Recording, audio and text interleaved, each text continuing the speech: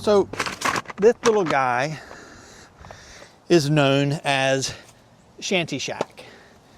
Shantyshak started life as a radar construction trailer. We've all seen them on the side of the road. Pop up, solar panel, your speed is this, the speed is this, you're gonna get a fine, whatever. So I picked this little guy up off a Facebook Marketplace. We essentially cut the top off, re-welded some bars, made a couple crossbars so that the rooftop tent could mount to it. This is a Nature Nest Orion 1. It pops straight up. It's got all the blackout stuff. It's got ladder options on both sides. I like it because I can get in a really, really small footprint if I'm tight in the woods. I don't have to worry about opening something up in a particular direction. If I've got another, overlander beside me, another off-roader near me, or a tree, or an obstacle. So him being able to vertically deploy and very quickly is absolutely convenient. I knew I didn't want something super high. It's part of the reason why I didn't put it in the back of my truck. I didn't want to have to deal with having to always reach up and grab something at an elevated level. Even fully deployed, I can almost touch the top of this. I mean, it's up there, but I can get hold of the strap, I can pull him down. The buckles are right here at chest level. I do have some lights underneath here. They run off a small little lithium lawnmower battery. There's a small solar panel attached to the back. It charges that. I think it's like a little 9-watt solar panel. It's not a tremendous amount, but it's enough to keep that battery topped off and run these lights for around 3 to 4 hours of cook time or hanging out at night. And where I live, it catches basically the evening sun, and I've never had an issue with that little battery going dead and that little solar panel. It works. It was cheap. It was off of Amazon, and it just, alligator clips, and it works.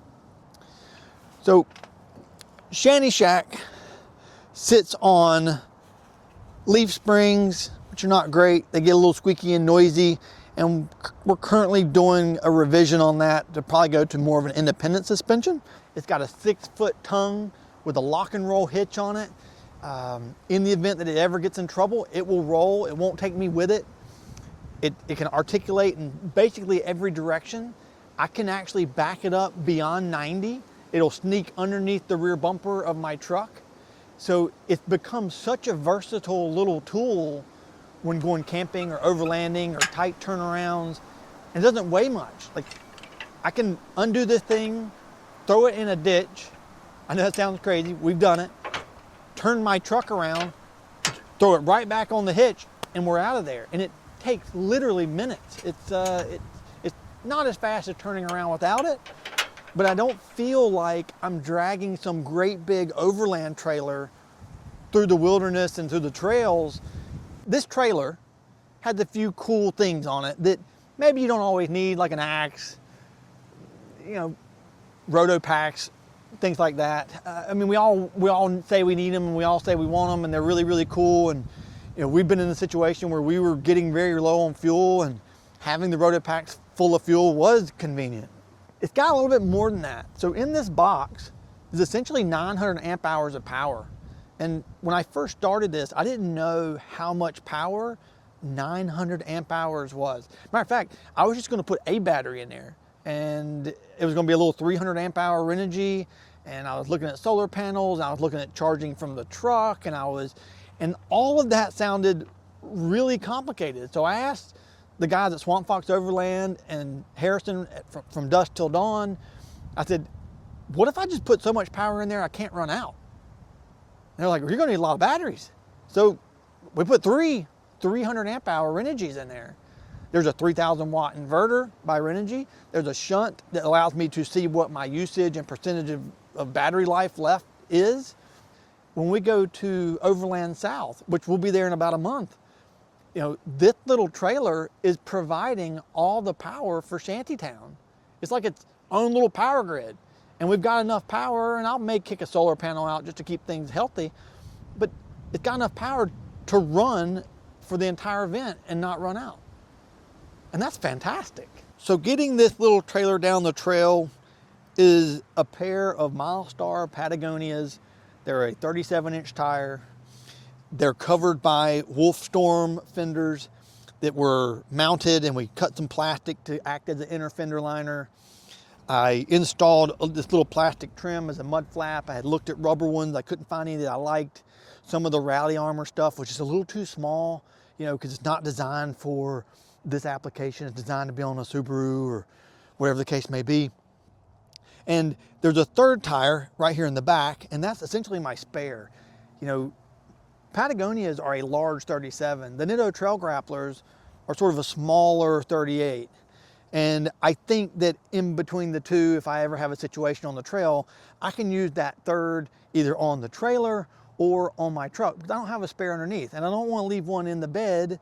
Shantyshak carries a couple roto packs. It carries a spare. It also carries my tailgater aluminum tire table. You saw that in the snow video. It held the pizza oven. It doesn't wiggle. It's super, super sturdy. You know, enough to trust me putting a propane powered device up on top of it. This is the ladder for the tent, and this little guy, you might be able to see him on camera. That's the little 9-watt solar panel that charges the small battery for the lights. When we talk about, you know, off-roading and overlanding, and things have to be tough and rugged, in the event that I ever got in a real situation, deep mud, we are down here in South Carolina, you know, we don't have a lot of rock, we got a lot of mud. We welded 2 small Rubicon hooks on both sides.